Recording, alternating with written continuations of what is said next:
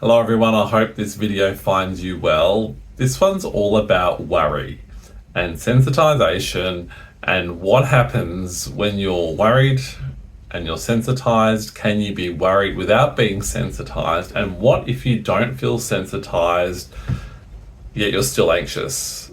What is going on with worry, sensitization, and when you don't feel sensitized? Doesn't mean you've got anxiety. Do you have to practice? What on earth do you do with these scenarios? If you look at some of the comments on the YouTube videos on my channel, some people say, well, I don't have symptoms anymore. So what do I do with that? I don't feel sensitized anymore. So the simple answer, because you know I like to keep it simple, the simple answer is that if you're worried about something, on some level you're sensitized. So it means that whenever you think about this what if this happens, what if that happens, it can be a fairly mundane, everyday sort of worry. There's some sort of tension that's going to fuel that worry. If it's worrying you enough to write a comment on YouTube that I don't feel sensitized, so what do I do with that? Then you are sensitized, because you're probably so used to the sensitization levels, you're so used to that really super subtle slow drip of adrenaline or stress hormone cortisol in the system, that you don't know that the tension that you're feeling is fueling the negative thinking. When you go, what if about this problem? What if I lose my job tomorrow? Let's take something like that.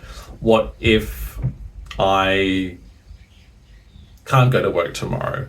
What if I can't look after the family? What if I can't afford my mortgage in the future? Whatever it might be, if your body doesn't give you a warm, comforting feeling, then you're more likely to get involved in that thought. If there's a subtle tension as you think that thought, your mind will check in again. The mind's looking at the body to confirm what's true and what's not. But if you're sensitized, you're predisposed to having a negative reaction, which is why anxiety exists for us. We get lost in all the worries. So if you are worried at all, on some level you are sensitized, whether you know it or not. And that doesn't matter.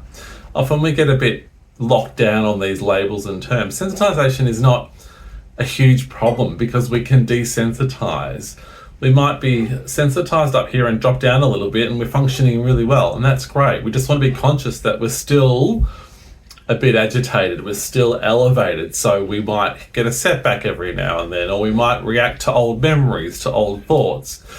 If you think it's something else, what is it?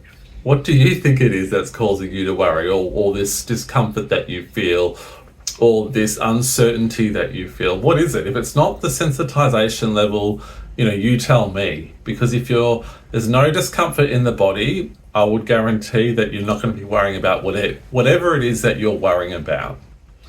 So if you're worrying, it's anxiety, and you deal with it that way. Now, I would argue even people who aren't sensitized, they might just be stressed.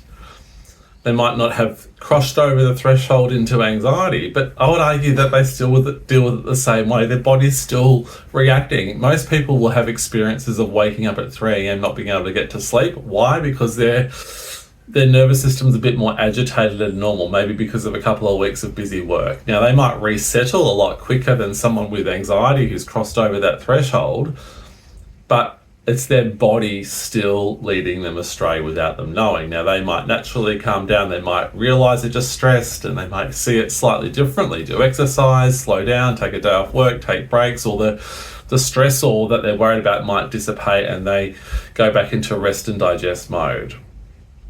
So again, if you're worried, you're sensitized. If there's no issue, no symptoms, no thoughts, it's disappeared, then you don't have a problem. But if you still feel there's a problem and you have no symptoms, or the thoughts aren't there as much, but you're still worried about it, that's anxiety. Again, you've just become used to whatever level you're at in terms of sensitization, symptoms, and thoughts.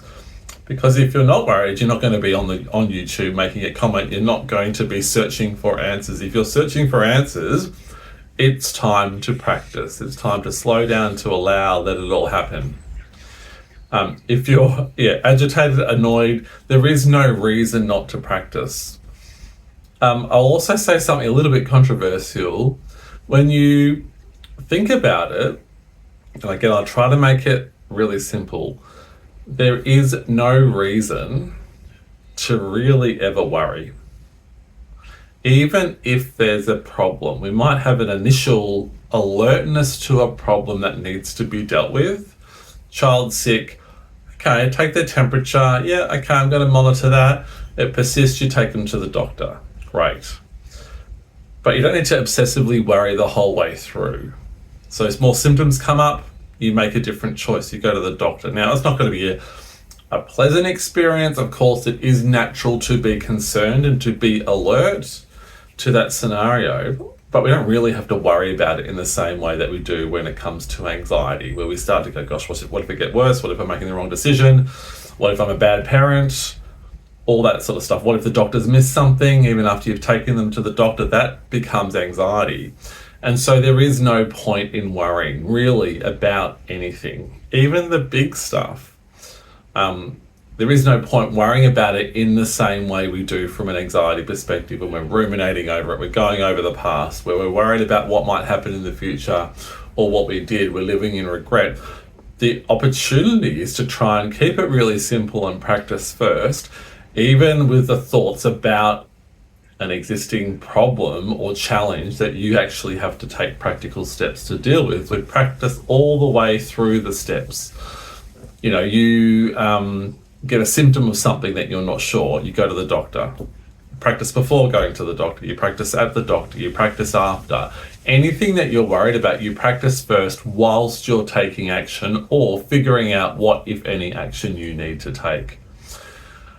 So I just wanted to talk to you about that. Worries, sensitization, absence of symptoms. Is it always sensitization? And yes, my answer is yes. But really, the only solution we need is to practice. Slow down, go loose, let it all happen as best we can. Practice with the adrenaline, knowing the adrenaline will dissipate and whatever you're worrying about will feel less potent after a time. So that the opportunity is to practice more and more, seeing those difficult moments through, and then your confidence will build so that what I'm saying now, you don't just intellectually understand, you start to feel and see for yourself over and over again.